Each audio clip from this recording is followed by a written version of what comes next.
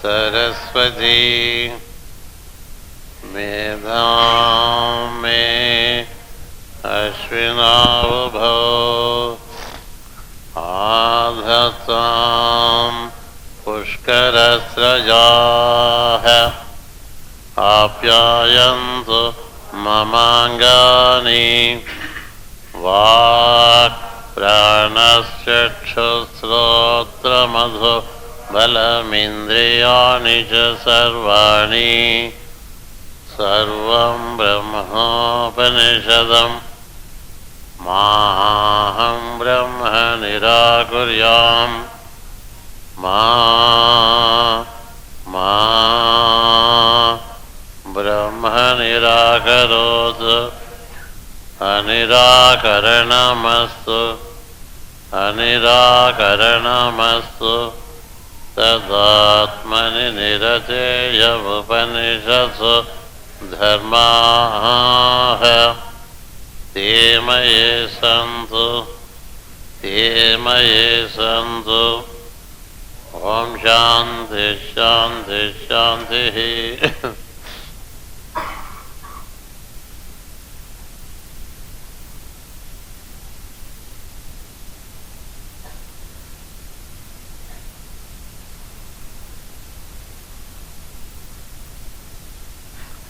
Hearty fraternal greetings and good wishes to all the brothers and the sisters. I hope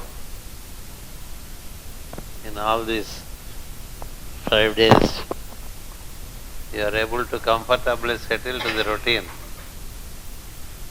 and the rhythm because of change of climate, change of food, change of placements. It takes time for the body to adjust. By the time you completely adjust, you are lifted again back to Europe.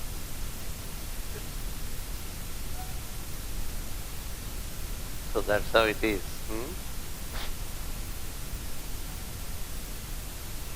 The seers, they don't stay, I believe, in any place more than 3 nights. The seers, they don't stay even 3 nights anywhere, I believe. You know why? Because in 3 days, the mind, the senses and the body will settle down to a place. In 3 days, the mind finds its comfort, is very fast in looking for its comfort. Then the senses will also find its comfort of taste, of the temperatures, the touch, the smell, and then they get accustomed to what is visible.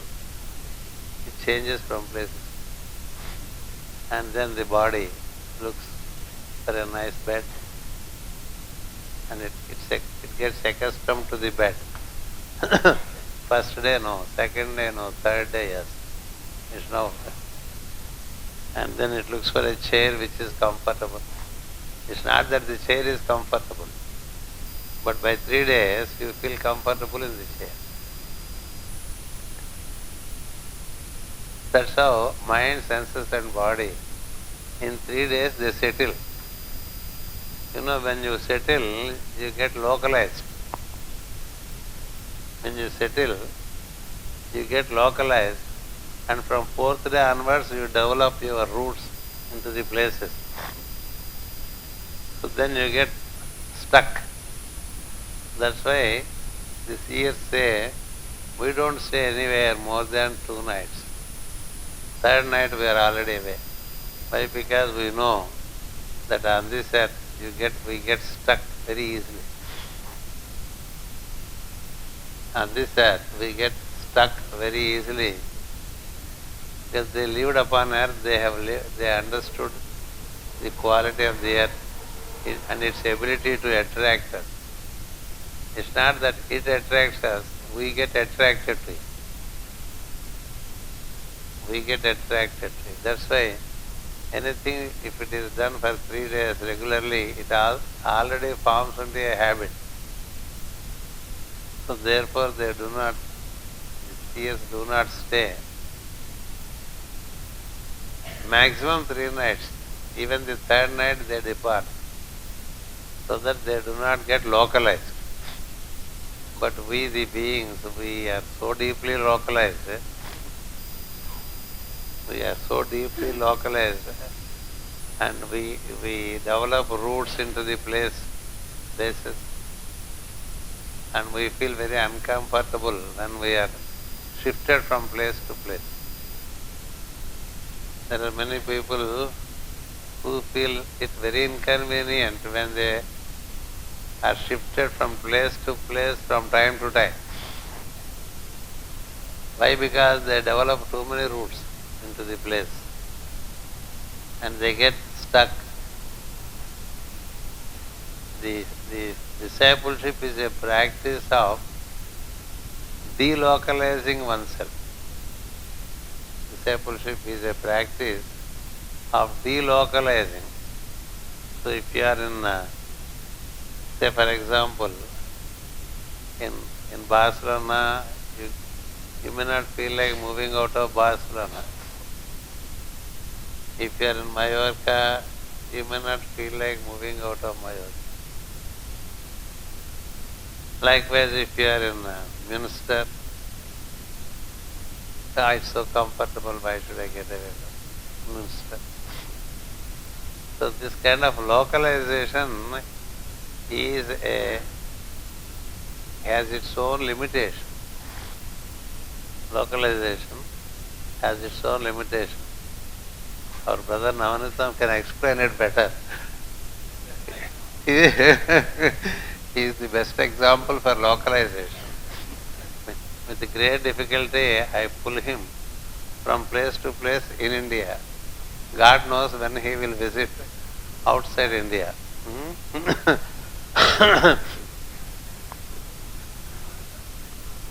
And he knows astrology, so he should be able to see what exactly causes such a localization. He has not many planets in Earth. Maybe Saturn is in Earth. That is causing tremendous localization.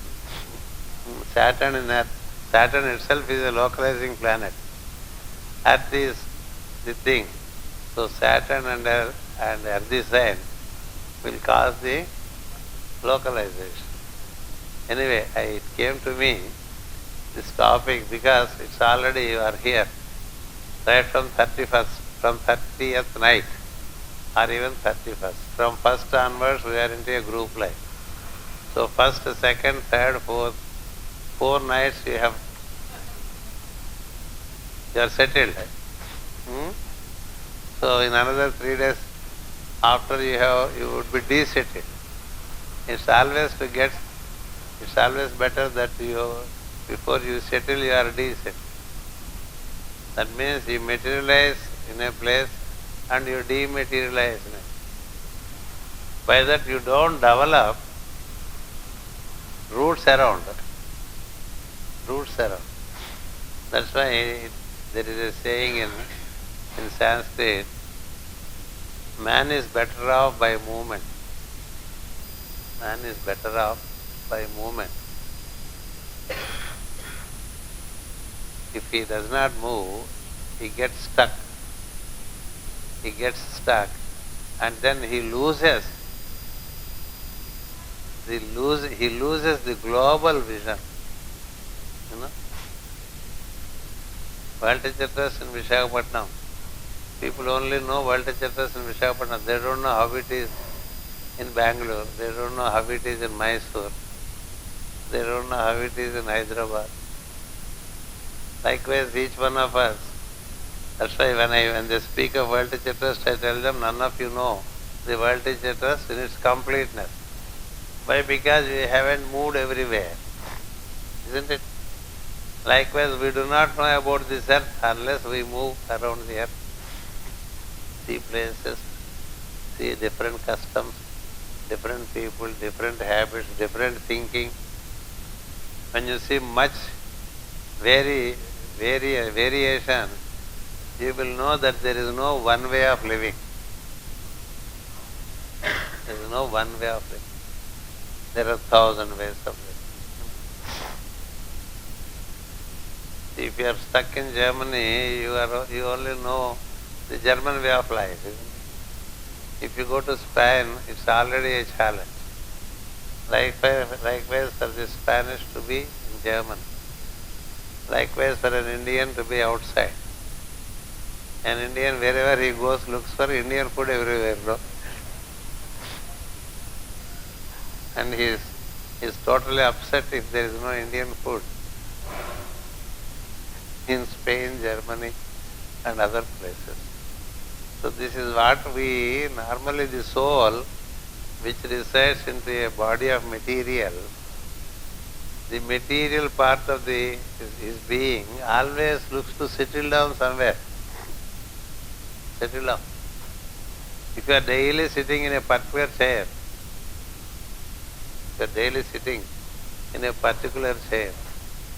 and one day, if some other sits in that chair, you are already disturbed, You are already disturbed. Why? Because you are accustomed to it. 4 days ago, you were not sitting in that chair. 4 days before, you were not sitting in that particular chair, no? In that particular place. But in a matter of 4 days, such a settlement, it is what I say, sedimentation. The sedimentation. Just like if there is a glass of water in which there is mud, the muddy water in a glass, we keep it like that, the mud settles down. The mud in the glass, in the water, settles down. So like that we have, we unconsciously settle down to situation. Isn't it? This one has to overcome. One has to overcome. We have to settle in Brahman, but not on earth. Our permanent abode is Brahman. So if we settle in Brahman, we are everywhere. We settle in Brahman, we are everywhere, and there is no particular place, there is no particular localization. After all, individual souls are but localized souls, isn't it? The very fact that we are into a body, it's a localization. It's like the water in the river, when it is collected into a tumbler, it is localized.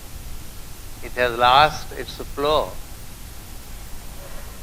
The water which is in the river, it has its flow. But if you collect into a tumbler or into a vessel, it has lost its flow. It's a great loss for water. It also loses its life by that. When the flow is lost, the water loses its life. However, carefully we drink mineral water, it doesn't have as much life because it's not flowing water. Likewise, flowing air. Flowing air can be collected into a vessel and keep a lid on it, and it's no more flowing. If we close this hall completely for about 2-3 days, the moment later when you enter the hall stinks. So it's by flow we remain fresh. If we are stagnated, we stink. So this can happen with us who are localized in the body. That's why we have to at least entertain varied thoughts. We have to entertain varied thoughts, but not the same thought every day at the same hour. Meaning, 5:30 coffee, 7:30 bread or idli, whatever it is, and like that, and then around 9 o'clock attending to seminar. It becomes a routine, and it settles down to it. So when one is settled down like this, when the routine is disturbed, the person is disturbed. That means we lose our flexibility. So we need to have stability and also flexibility. That's the beauty of yoga. It's not that we just move around like a rolling moss. It's not like being a rolling stone. There is also a saying, rolling stone does not get matter, does not collect anything. So if we keep on changing all the time, we tend to be unstable. But if we stick to one place all the time, we tend to be rigid and limited. The divine would like that we have both sides of the coin. The divine would like that we have best of the both, that we are as much flexible as we are stable. We are as much adaptable as we are stable. That's the beauty. That's why he himself is half mutable, half immutable, The divine is half mutable, half immutable. The immutable part is what we call he. The mutable part is what we call she. He, she and he, isn't it? In him there is a part which is stable, there is a part which is always ever changing. The nature is ever changing and he remains stable. So we too should gain that quality of being stable while we are flexible. It's not that you are completely flexible. It's not that you are completely stable. We are stable yet flexible. Or we are flexible yet stable. That is yoga. So somehow the topic came by itself. So this can be, this is not part of that regular theme. No? Why it came? Because I want some little change from the routine. A little change from the routine. That's why teaching is also, when you teach, it is different while there is something common. In every fresh teaching, there is something common and there is something different. Even if it is the same thing, it comes different while there is something common. You speak the same theme everywhere, it is different because time is different. The place may not be different, but when the time is different, the theme comes different, while the core theme remains the same. That's how the freshness of a change upon the foundation of stability. That's how it works. So let us get back to the work of our King Prithu. He is engaged in a very serious business, Our King Prithu, he was engaged in a very serious activity to bring from the cosmos the related intelligences and ensure their touch is given to the earth. Thereby, the earth and the beings on the earth, they learn how to live in good harmony. Meaning, the earth should feel happy with the beings should be happy in relating to the earth. So now neither is happening. Now, neither the earth is happy with us, nor we are happy with our life. That's why we come to learn.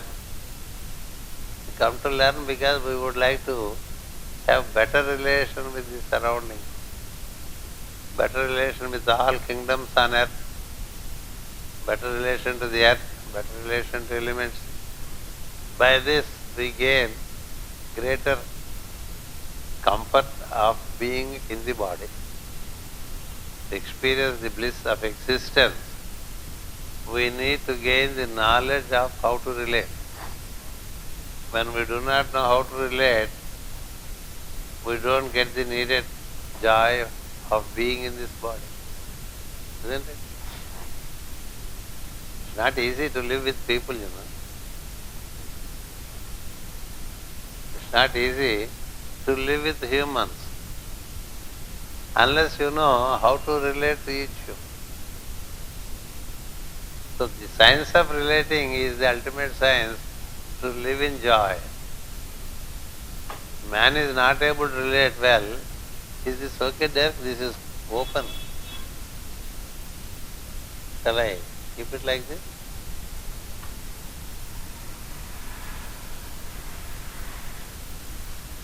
We have to learn how to relate.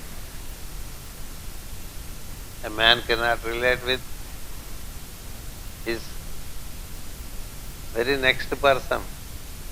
The very next person to you whom we call the neighbor. Isn't it? The very next person to you is your neighbor. Love thy neighbor is such a simple statement coming from Jesus, the great master. But it's not such an easy task. The moment we are together in proximity, there are more conflicts than the joy emerging from together. The God's joke on man is to give a lady to a man and a man to a lady. That's the best joke he made, He gave a lady to a man and he gave a man to a lady and he said, learn how you can live happy. Fundamental, isn't it? Then come children, and you have to learn how to be happy with an extended group. And then to live happily with a group is no joke. The Master Jwalkul is too ambitious, I should say. I think he's behind, over there, in the picture. I have one over there. He overviews all that I speak from the room. Is he speaking sense or not? Everyone is looking around us. See, 2000 years ago, the great initiate, Jesus the Christ, he came and he told us, love thy neighbor. And we have not been able to. Till date we quarrel with the neighbor, meaning the spouse. That is the immediate neighbor we have. అంతే కదా, పొద్దునే ఇంట్లో పోటాడుకుంటూ ఉంటే. And now after 2000 years comes another master. He says live in group.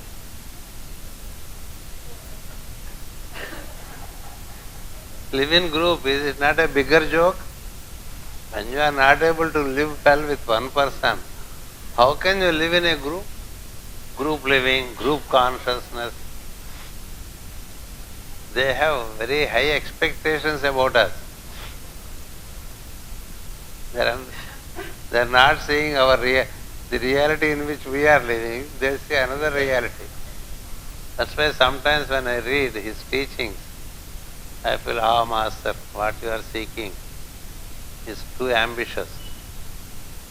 You tell us not to be ambitious, not to be avaricious, but you are too ambitious to ask for a group consciousness, a group life, group living, and one consciousness in so many forms.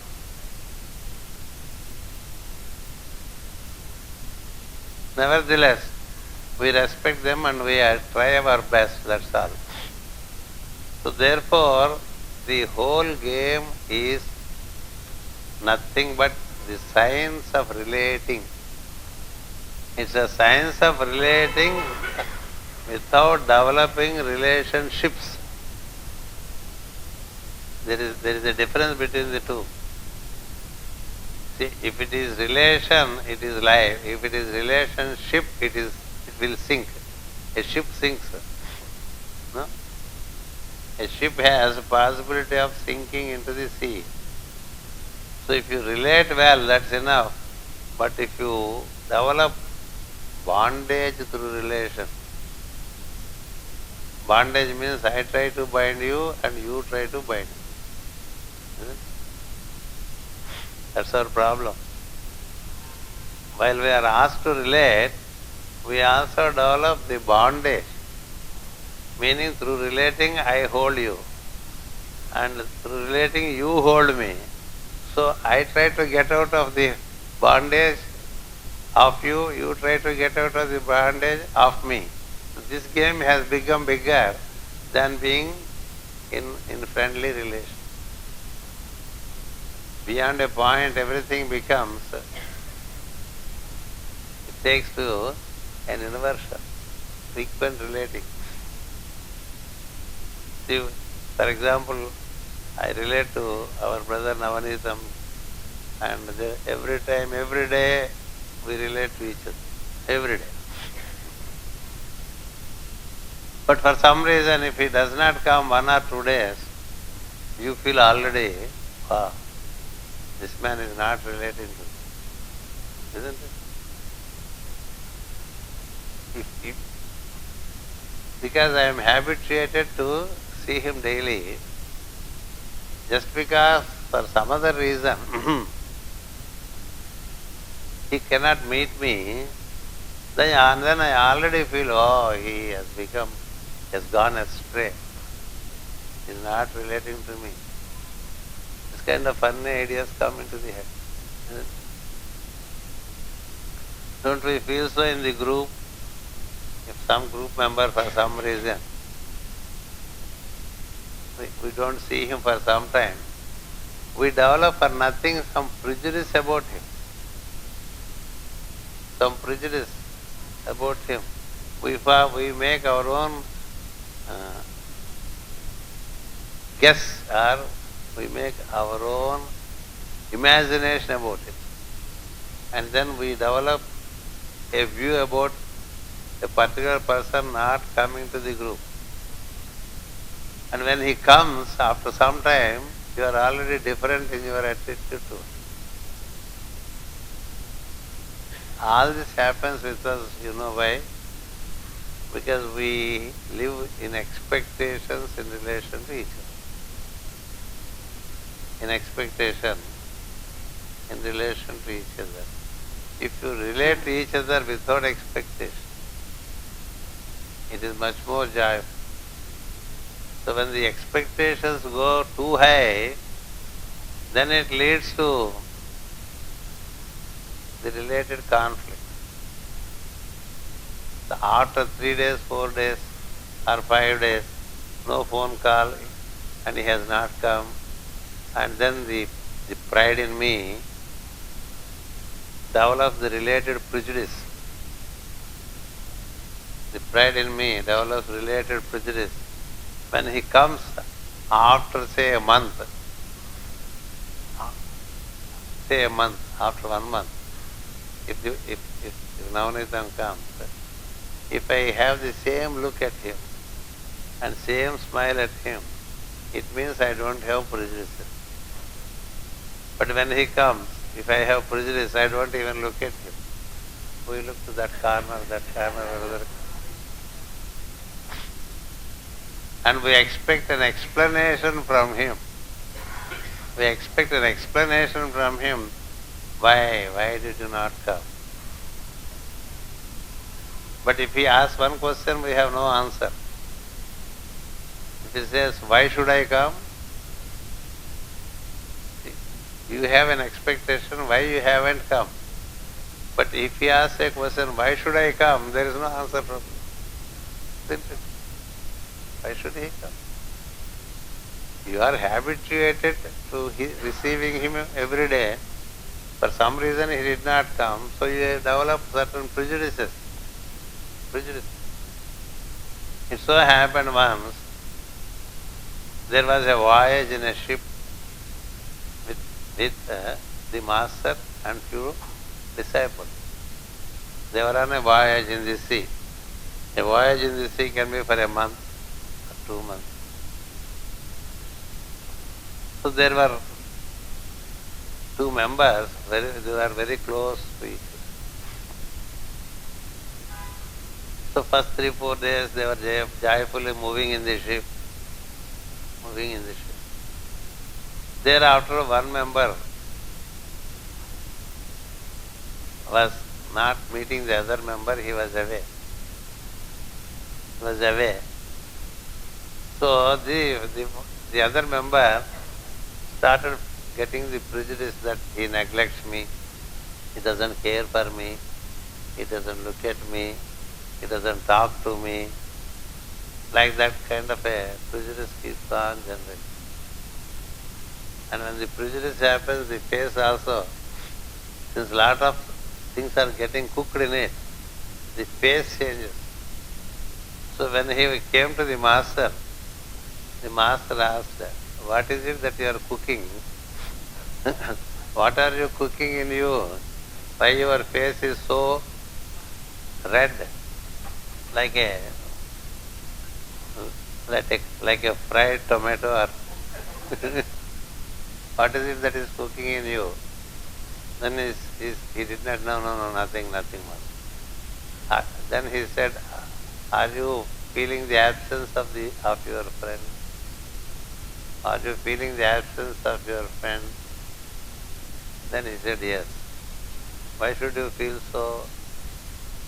Why should you feel so? I have entrusted some other job to him. And he is on that job. And be sure that he is in the ship. You know, when we are on a voyage in a ship, he will be somewhere in the ship, no? He won't jump out into the water. Will not jump out of the sea into water. He is somewhere in the ship. Instead of you are expecting him to meet you, why can't you go and meet him? Look for him. Why can't you go and look for him? If you really would like his company, why don't you go and look to him? Why should he always come to you? Then he told him, no one gets out of this ship. No one gets out of the ship. Why I say this is, we are all in the ship of the Master. We are all in the ship of the Master, whether we like it or not. If we want someone to get out of the ship, it doesn't work. In the moment you invoke a Master and work together in his prayer, we are all in his ship. So we should learn to live with each other, but not try to escape each other or avoid each other or wish that someone should get away from the ship. Whomsoever we want to get away from the ship, it will not work. All are in the ship. The one whom we like, the one whom we don't like, they are all in the ship at the will of the Master. Isn't it? So we should see how best to develop the relation with everyone. So you can't say, like, if you deny, you are denied. Because there is an overviewing Master. There is an overviewing Master. And then if we learn how to relate with each other appropriately, all relations will be in right angle. When the relation is in right angle, we are in harmony. When the relation is in the wrong angle, we are in conflict. Isn't it? So therefore, all those who are around us, make sure that we only build right angles with everyone.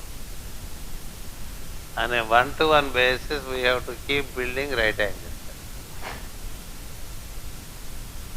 Right angles erected, wrong angles neutralized. Isn't it? That is one of the meditations we have.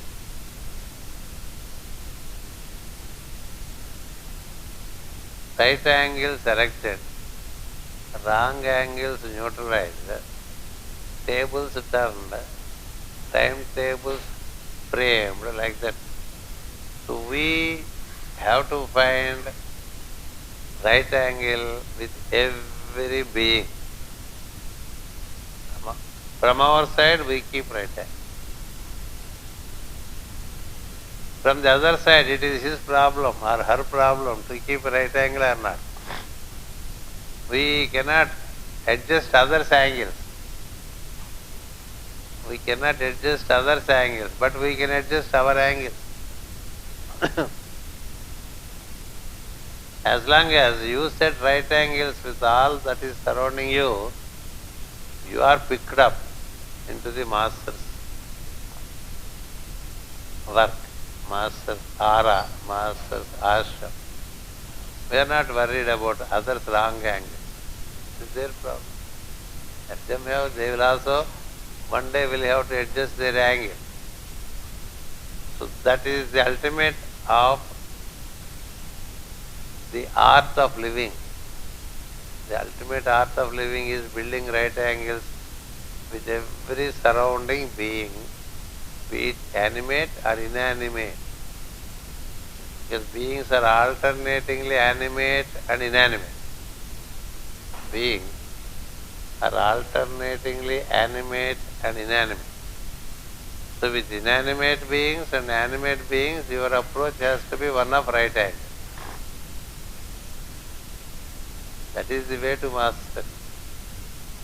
And that is what we are learning. And that is what Prithu and the earth contemplate to teach the beings on the planet. Prithu approached the earth. Earth said, teach the beings. Earth said, teach the beings how to relate with me. How to relate as between them. Because even if they quarrel, the problem is to me. If groups quarrel, the problem is to the earth, to the body. Isn't it? Who receives the injuries? The body receives the injuries. Therefore, the earth suggested to the king, we are getting into this topic, because I can't go on doing this. It's already 38 minutes. We'll get into the scripture. We'll get into the scripture and the theme of the King Prithu. So he understood, the king understood what he has to do. So he brought in the cooperation of Manu. He sought the cooperation of Manu. And in the presence of Manu, much teaching was given to the beings as to how to cultivate. Cultivating is approaching the earth with much respect. See, before you cultivate, you do a worship to the earth. Before you cultivate, you do a little worship to the earth, seeking the Mother Earth, kindly be cooperative and help me in getting the produce. So, Manu taught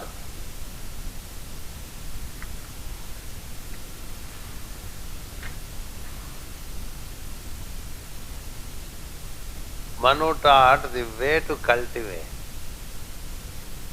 It is Manu who taught. He is our, we all belong to the Manu. He is our progenitor, the father. We are his race.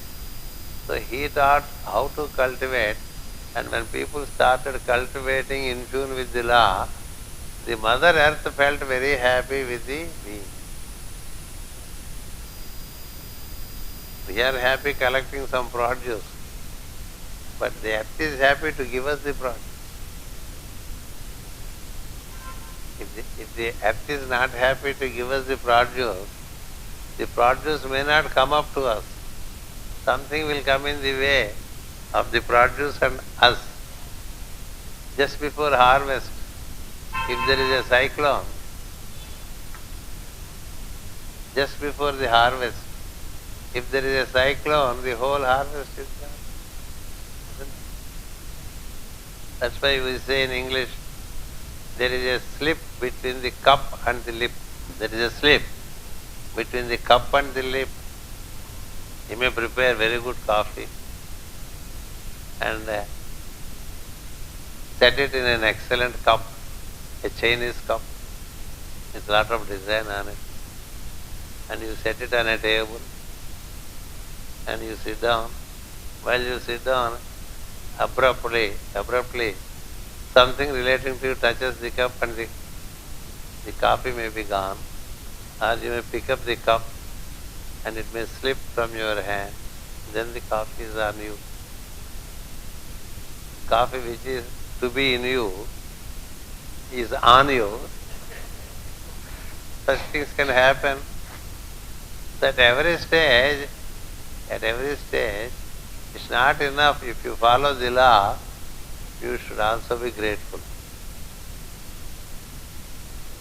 This is the fundamental. Which these Ramayana, scripture Ramayana says, it's not enough if you just follow the law. You should be grateful. See, we may take care of our parents in their old age. Isn't it? Because they took such care of us when we were kids. We may take care. Not taking care of parents in their old age is not considered lawful. It's unlawful because you are taken care of. When you are kids, you are taken care of. So should you not take care of them when they are in their old age? So that's the law. That you take care of those who took care of you.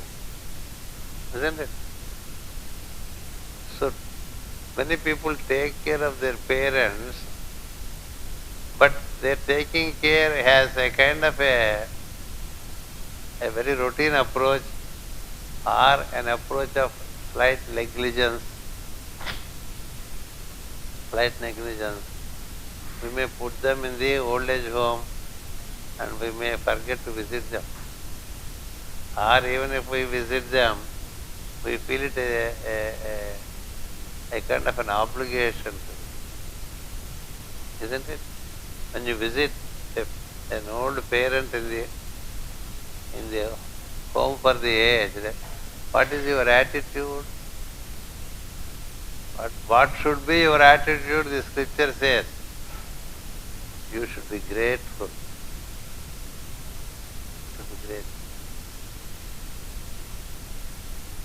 If you visit, yes, you are lawful.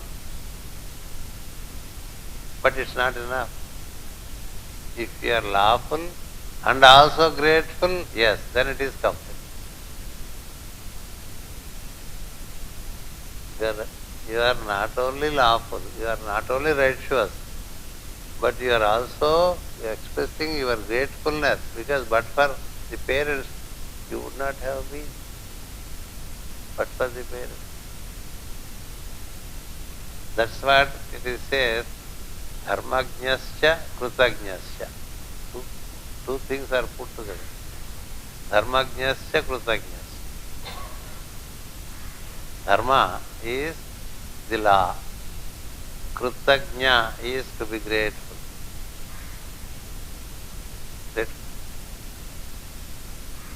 So when we work with each other in gratefulness, every morning we may be doing prayers, we may be doing practices of alignment called meditation. But before all that, you should be grateful. Before you do your prayer, you should be grateful. Why? Because you are awakened. If you are not awakened, where are you?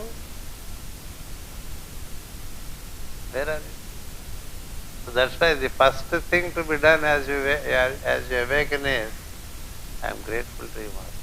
I am grateful to you, Lord. So the gratefulness is given such great importance in the word scripture. If you are not grateful, you would not open the door. You would not open. It's not that you open the doors would not be open to you if you are not grateful for whatever little we receive from people around us. When you are given a cup of coffee, be grateful. We can say thanks, isn't it? But with what attitude we say thanks is more important. Whether we say thanks or not, if we have that gesture of gratefulness, that's enough. Each time you don't have to say thank you, thank you, thank you. But when you are given something, you should feel, you should receive with gratefulness, because it is given to you, through you, by the divine. That should be done. And you should not only be grateful to the divine, but also to the medium through which it has come to. This gratefulness is important. That's why the earth felt happy, because the beings are grateful.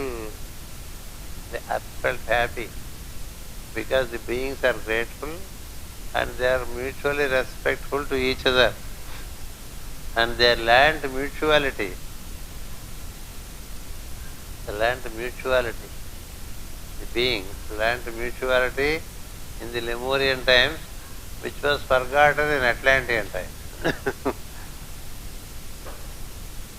They learned mutuality, that each one respecting the other. I give you something and you give me in return something, not as commerce, but in gratefulness. I offer vegetables, you offer wheat to me. I offer wheat, you give something else to me. That's how money system was not there. Exchange of goods in gratefulness, depending upon the need, was there. And then came money system as a facility. Originally it was barter system. Barter means, if I need some clothing, I go to a weaver. Whatever I produce, I offer to him. To get the cloth from him. I take the cloth and go to a tailor to stitch.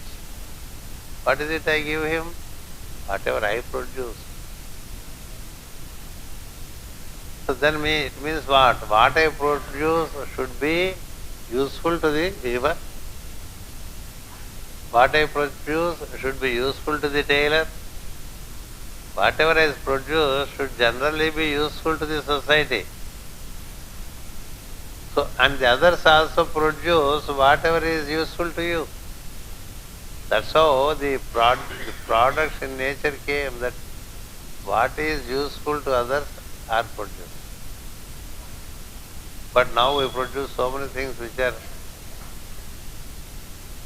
whether people need it or not, we keep on producing and dump them on them.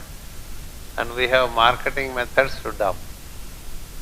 We bombard through marketing and make people believe that they need it, and then push them. And there is a great competition to push things upon the people. Why? Because they are all not needed. But the original concept was, we produce what others need. Others also produce what the beings need. So when it is all based on need, then the produce was well exchanged between people. If you have a cow and if you wish to have some grass, you offer whatever you produce and receive the grass for the cow. And cow takes the grass and gives you milk. So in this context, you should understand that all are involved in producing one thing or the other. All are involved in producing one thing or other. Be a potter, be a weaver, be a cobbler, be a tailor, be an agriculturalist. So everyone is involved in production of what is needed for humans, plants and animals. Visualize such a situation. So you don't have anything useless with you. You don't have anything useless with you. So you exchange what you produce for what you need for your living.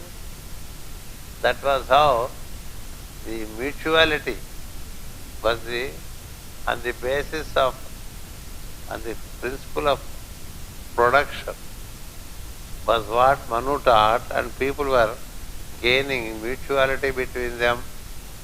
As between them they were happy, and the earth is also happy with them. Manu is the one who knows the whole law. Manu. There is nothing that, there is no law that the Manu does not. And that is what is recorded as Manu Smriti. People don't understand the presentation in it, and they keep on criticizing today the Manu Smriti. Manu Smriti gurinchi చాలా విమర్శలు ఉన్నాయి దళిత వర్గాల్లో, because they don't understand what exactly was meant in it. So therefore he gave the law, and he also gave the law of mutuality, and he also ensured, the beauty of Manu is he ensured that everything on earth gains this law. Do you know why salt is saltish? It's the law given by Manu. That salt is saltish, chilli is sharp to the tongue. You can't have a chilli like a chilli never tastes like ice cream, does it?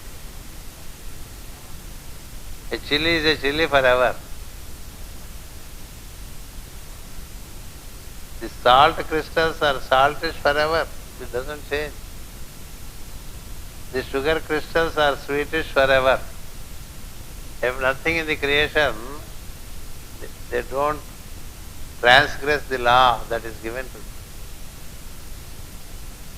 A coconut would not taste like mango. Mango does not taste like an orange. Orange does not taste like narangha. They are two different things. Narangha is different, orange is.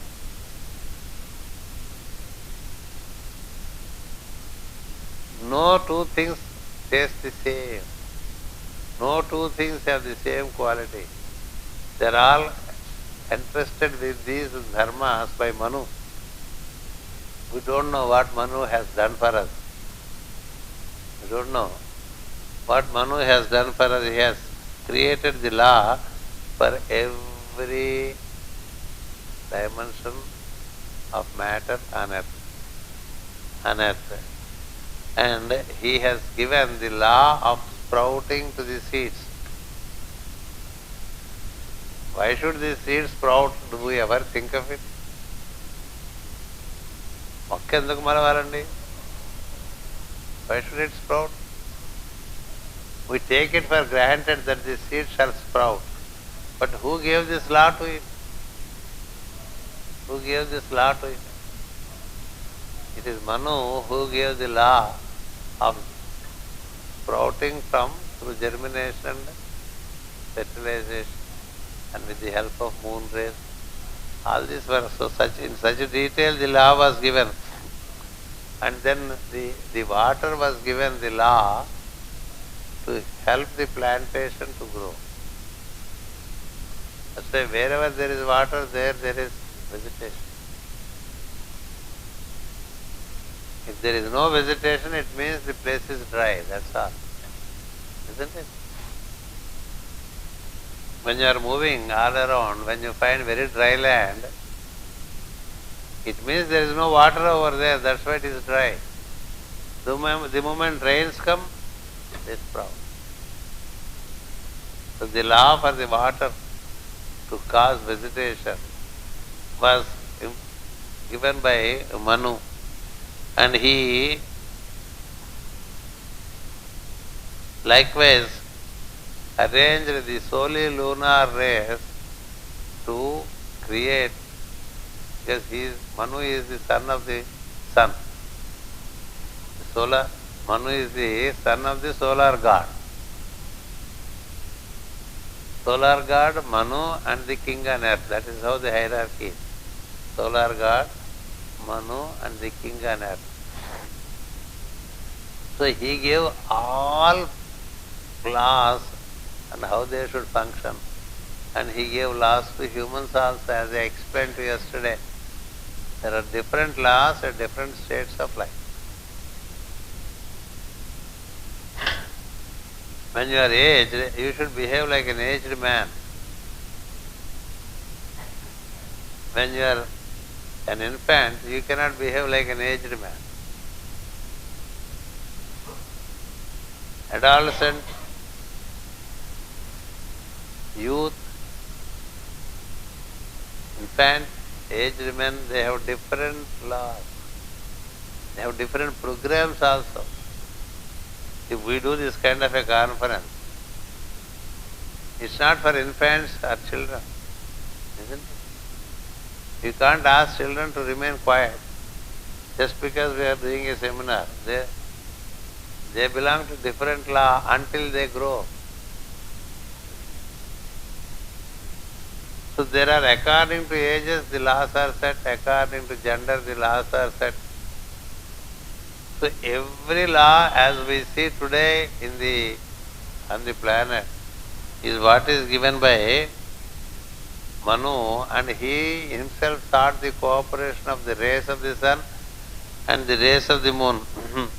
And that's how things tended to be wealthy on earth.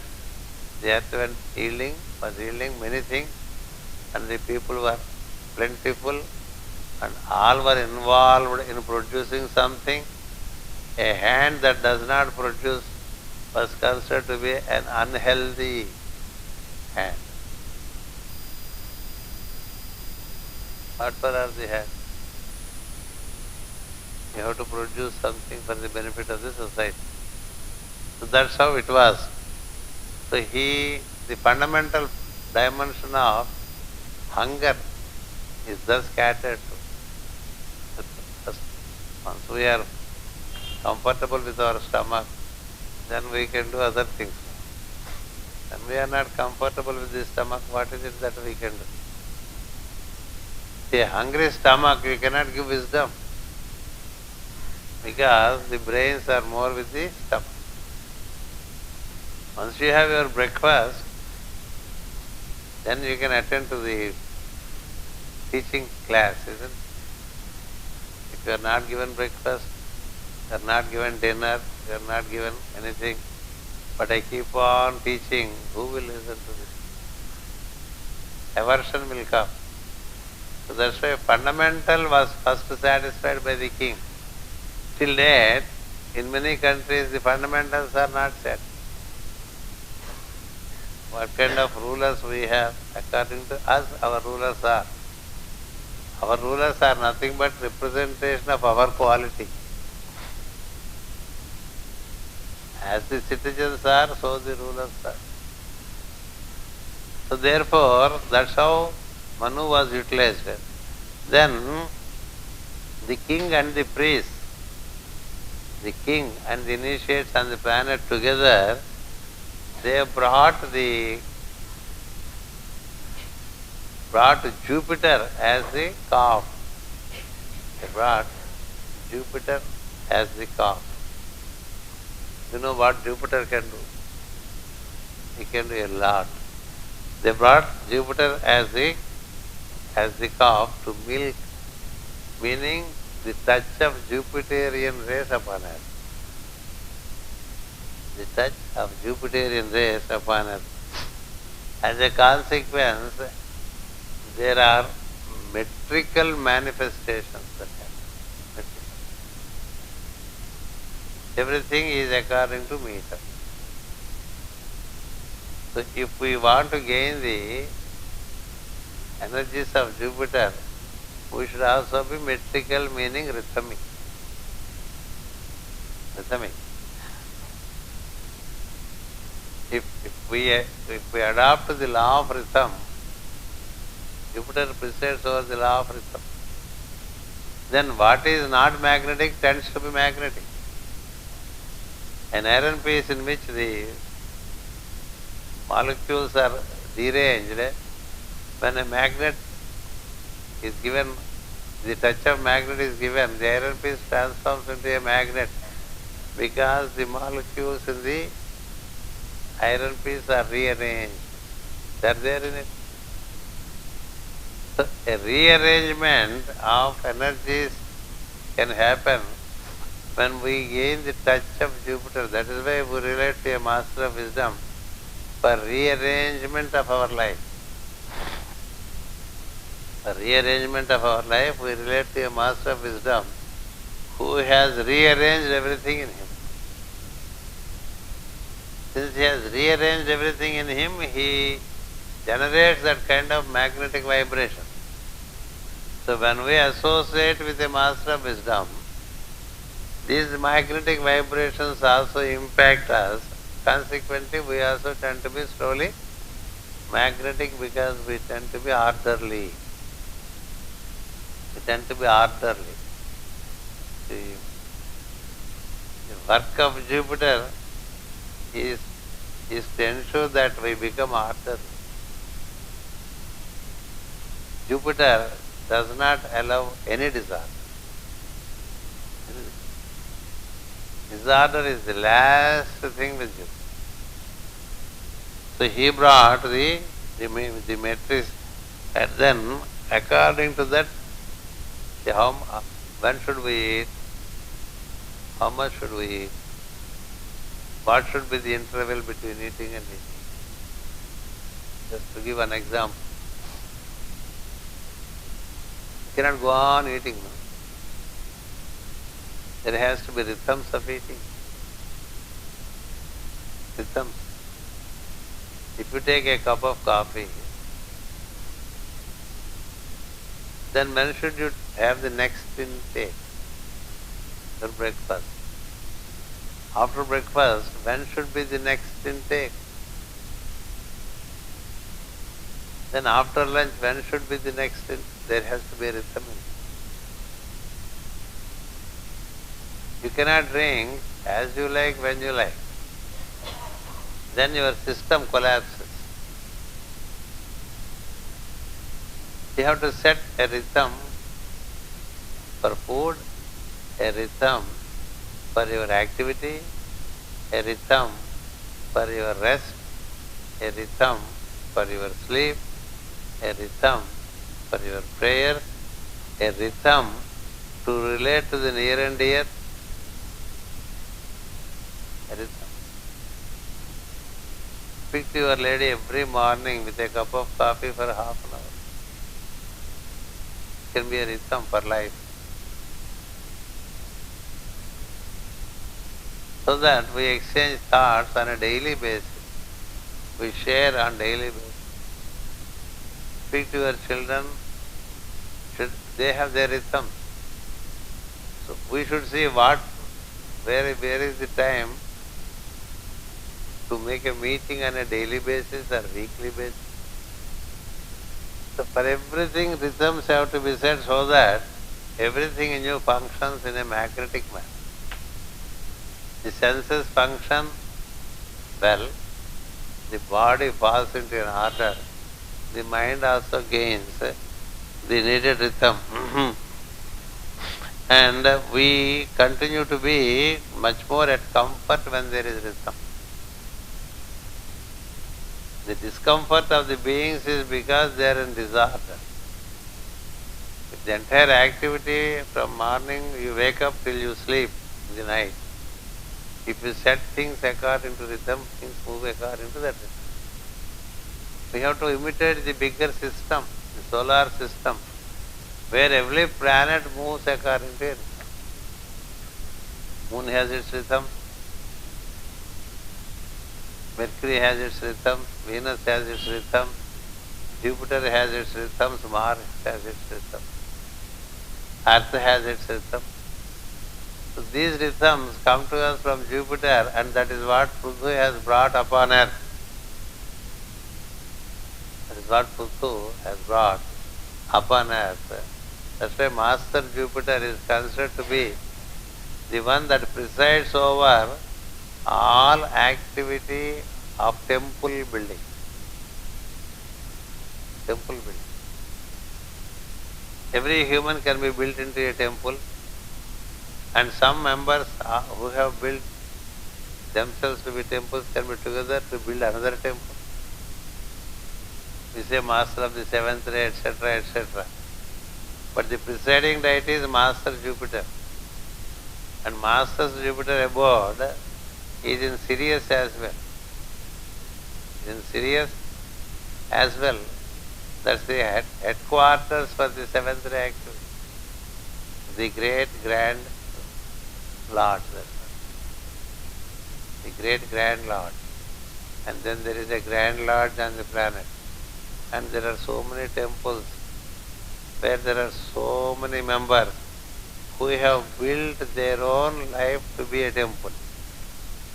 They built their own personality to be a temple. So all that happens, that activity is introduced on the planet. To work in rhythm is the fundamental to it. If you set, for example, a garland like this to this symbol of Shiva,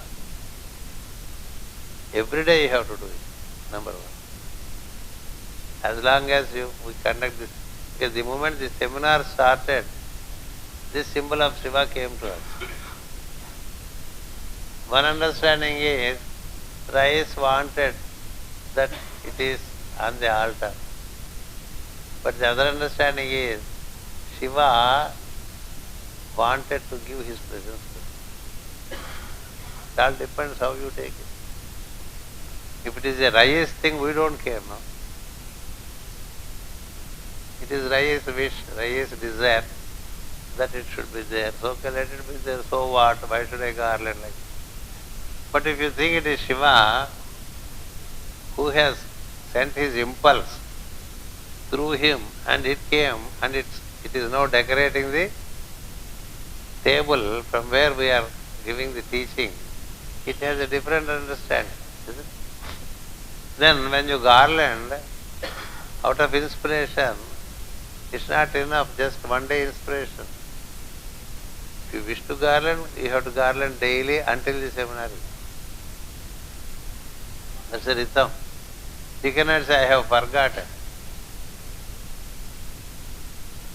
That's our problem. We forget now. It's a rhythm. See, why are you putting a garland? It's a rhythm. Not that I don't speak if I don't get a garland. I did not know that it happened yesterday. But it is, once you set a rhythm, you have to follow. Otherwise, you are dishonoring your own proposal.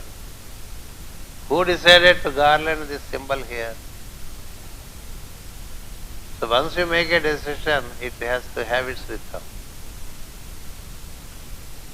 If you do it every morning, if you do first time on the morning, you should do it every time in the morning. Out of veneration, in the evening you change it and give another garland. Then you have to make sure that every day it receives two garlands, one in the morning, one in the evening. So we cannot just do out of emotion something and then forget later. If you light this candle when we start the session, for every session it should be lit, kindled. It's a rhythm. So what if we don't kindle it? So what if we don't kindle it? You don't know. So what? Because the order is disturbed. When the order is disturbed, the permeation of presence is disturbed. So that's why to set rhythms is a great responsibility. Set rhythms is a great responsibility. people set rhythms and then they interest others and they escape. But the people who adopt the rhythms are the ones who tend to be magnetic. So, the joy of being in rhythm is one thing. The ability that it brings in us is another. Our abilities are multiplied when we follow rhythm. And our radiation happens when there is rhythm. And there is a magnetic emanation from us when there is a rhythm. If you cut your hair, there has to be a rhythm for cutting the hair. Hair cutting should follow a rhythm. You should not think, when I wish I go. No. There has to be a rhythm. You know, in ancient times, people used to follow a particular moon phase for hair cutting. Every time, hair cutting is only in that moon phase. That's it. If you take out your nails, they set a rhythm for it. That is Aryans, you know. The Aryans were known to be excellent ritualists. And today, we are fed up of rhythm and we came out of rhythm and we developed anarchy, you know. ఎట్లా పడితే అట్లా ఉండొచ్చు అంటే ఏడ్చినట్టు ఉంటాం కదా. If you wish to be like, when you are out of rhythm, you would be like a donkey. Of course, donkey may not agree when I say that because donkey follows better rhythm than us. The human donkey we don't know how it behaves. Always it brings surprises. But you know, after Manu, whom did Prithu bring in? He brought in Jupiter. And Jupiter brought in the rhythm, and through rhythm the wealth can be multiplied. The wealth can be multiplied through rhythm. If we say in astrology, if they have good placement of Jupiter, wow, you will be very healthy. He will be very wealthy. Why is he very wealthy? Because he follows the rhythm. Not because Jupiter is in good placement and you don't do anything. It won't work. You may have Jupiter in Pisces, you may have Jupiter in Sagittarius, you may have Jupiter in Cancer, which are considered to be excellent placements. But your wealth depends upon your rhythm. Because what Jupiter does is follow the rhythm, I will give. We are people who do not wish to follow anything, but we want things. That's our problem. So therefore, this is the development that has come to the planet with the help of Jupiter, and there is such a fulfillment in every dimension. And Jupiter not only gives the comfort for the mind, for the senses and the body, Jupiter also gives knowledge. Jupiter, if a horoscope, if you see Jupiter is well placed, he may have all comfort, but he may not have knowledge. For anything, if you set rhythms, yes, it will develop. Don't we have a rhythm that powers us? From 1988, regularly in the month of January, we have it's a rhythm.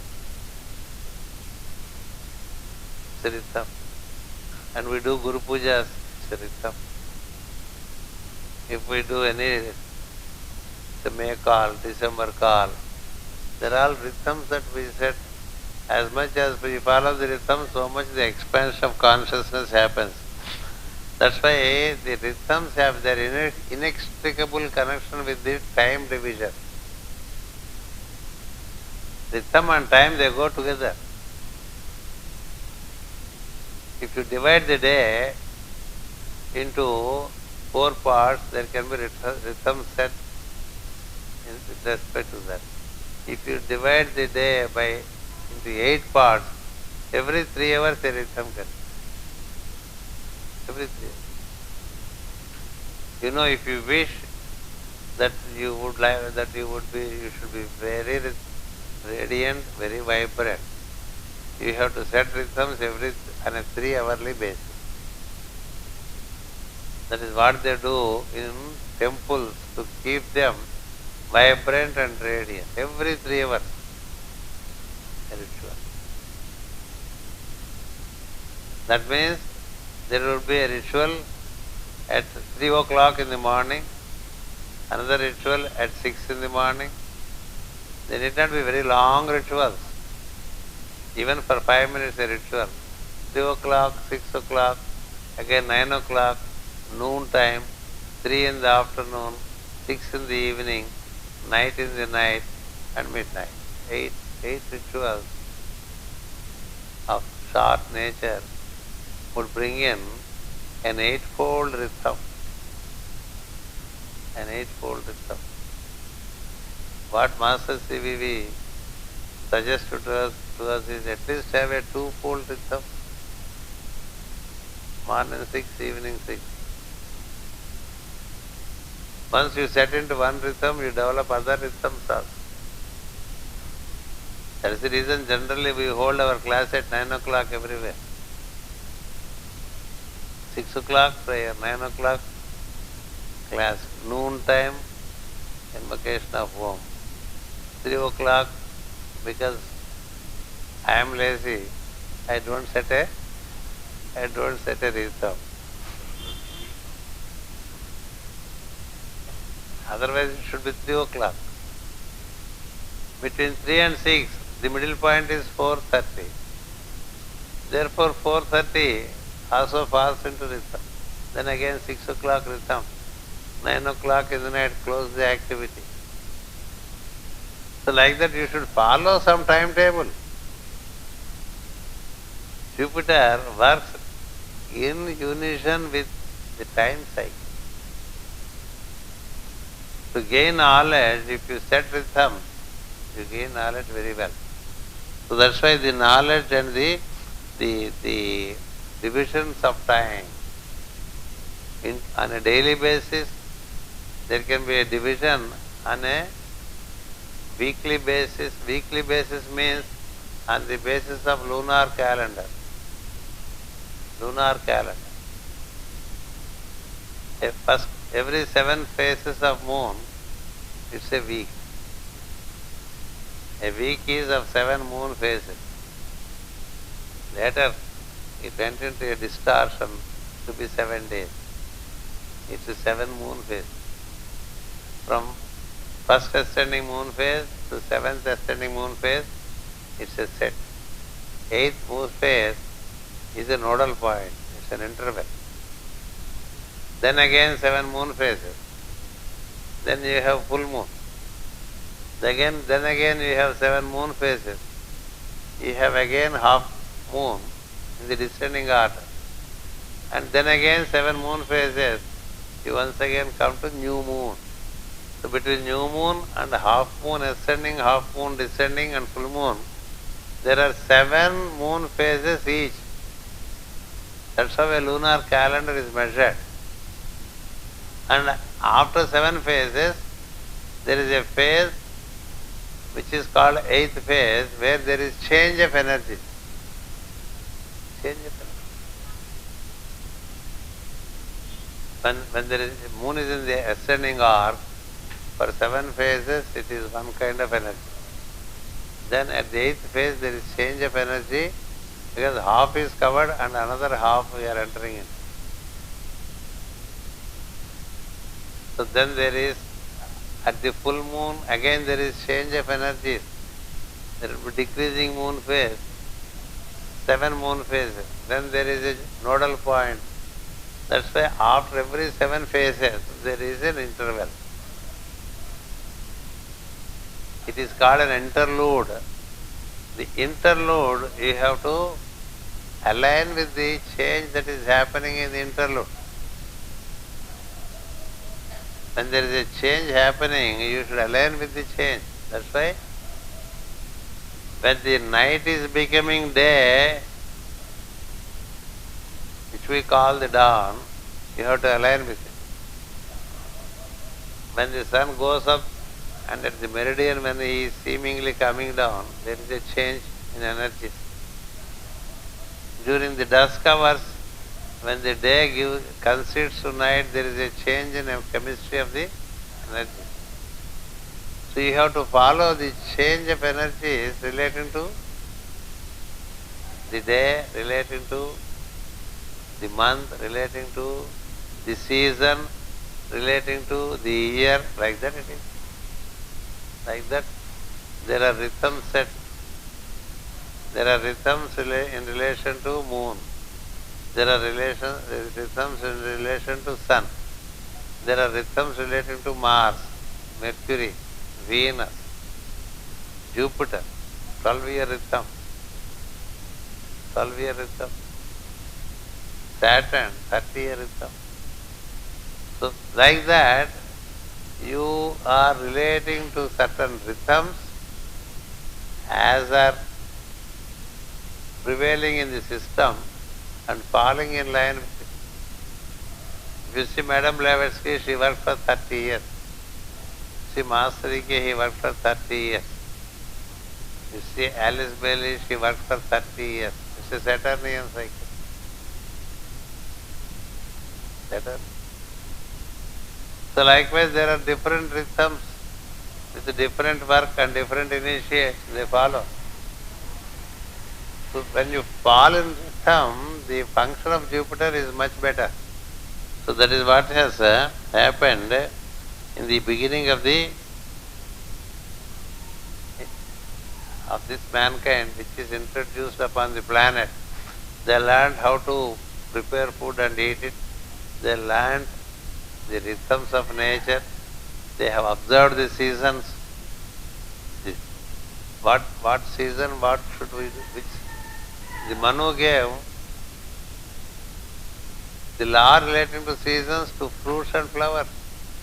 Some fruits grow in certain seasons, not in all seasons.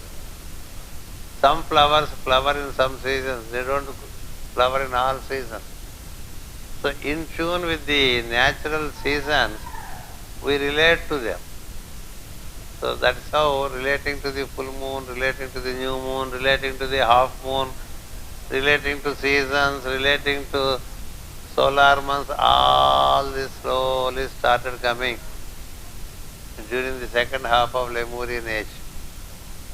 The wisdom in its full measure was brought down to the earth in the second half of the Lemurian age. Thereafter we lost it and we are trying to refine it. So therefore, to experience the planet, to experience this earth, the two Manu has brought certain laws, Jupiter has brought in certain laws. So consequently, there is comfort for the beings. There is also scope to evolve with the help of knowledge which Jupiter has brought in. Jupiter presides over knowledge, Jupiter presides over comfort. For mind, senses and body, Jupiter gives comfort. But he also gives to the personality the needed knowledge for evolution. So these are the two calves said to have been brought to earth by the King Prithu, who is an incarnation of the second Logos. Then they brought in another calf. They means who? King Prithu, along with the cooperation of the initiates of the time, they brought in the energies of Neptune to the planet. We recognize Neptune very recently, but the Neptune energies are connected to the planet even far earlier. Neptune. The energies of Neptune are linked to the earth. Consequently, there is the possibility for transcendence is set. The possibility for transcendence. The transcendence happens, as I said yesterday, from the sperm to the 8th tissue, to the 9th tissue, to the 10th tissue. He brings in the related passage, Neptune. So there is a hierarchy of experience, which we call mystical hierarchy. Moon is one. Moon is at the navel. Did I speak that here or somewhere else? I don't know. Venus in the heart gives much better experience.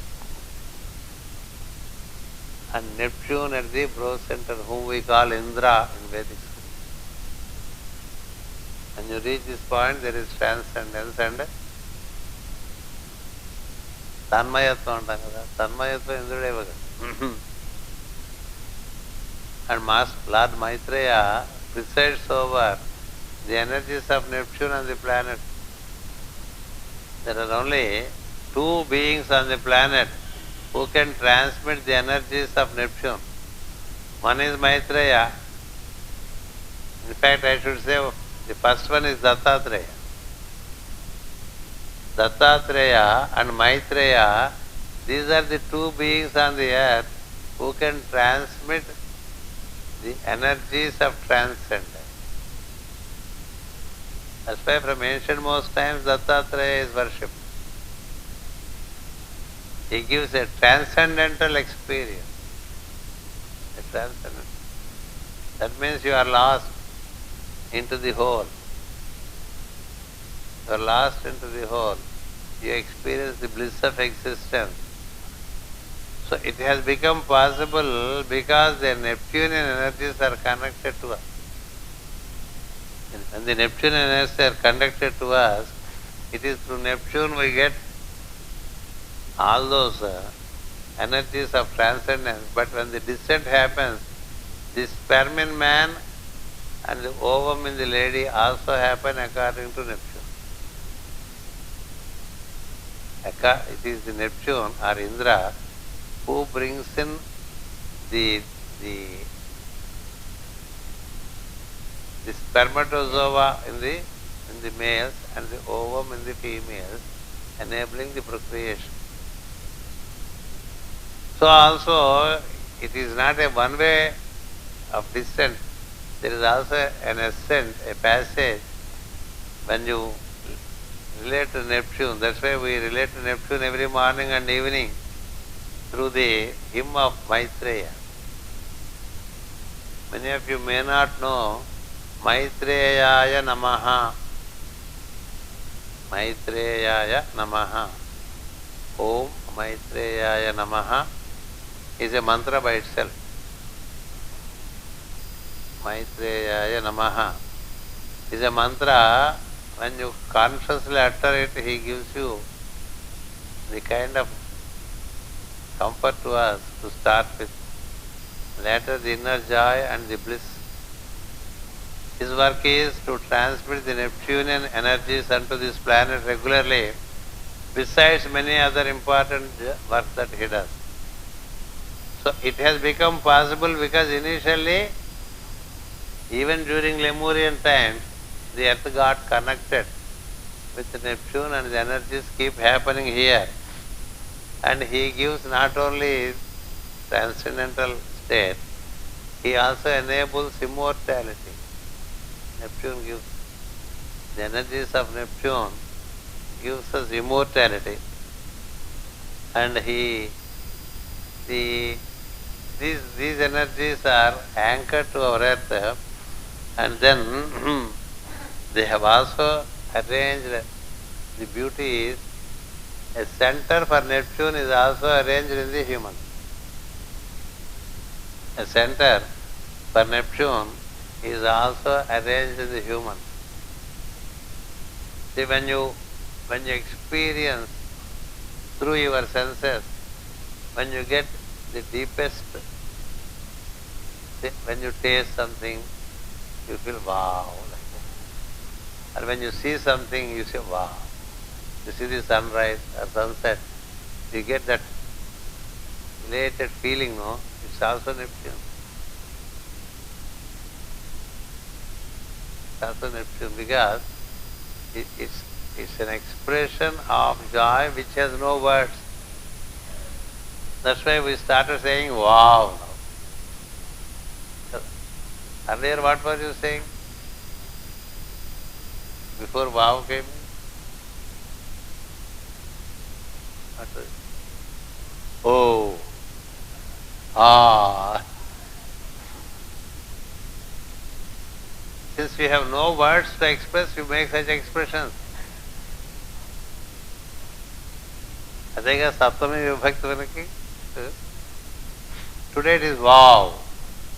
In Telugu it is appo, like this. Every language has its expression.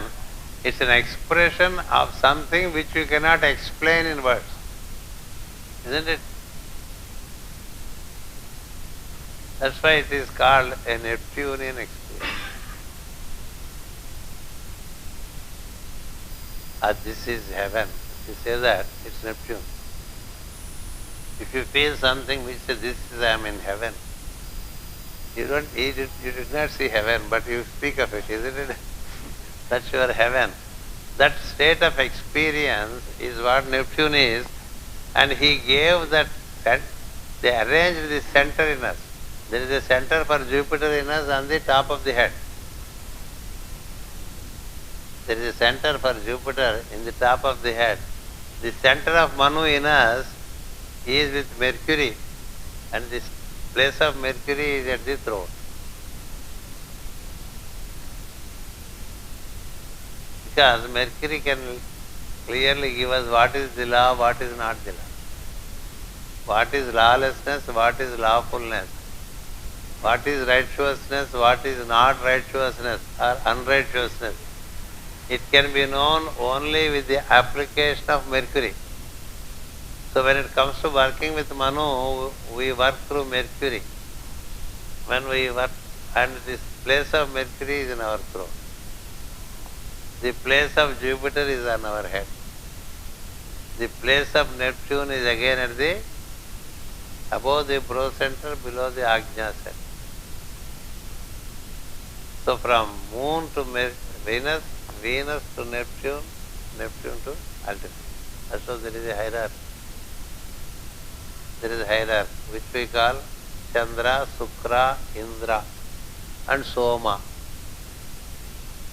Soma means that state of where the one with the crescent moon, that is Soma. These are the four states of experience. I'll say again, Chandra is the solar plexus, Sukra at the heart, and Indra above the brow center, and Soma beyond the head. Meaning, when you get the experience of Soma, you are blown out of the body, that's all. You are gone. Such an experience. So that is what he has brought in with the help of Indra and with the same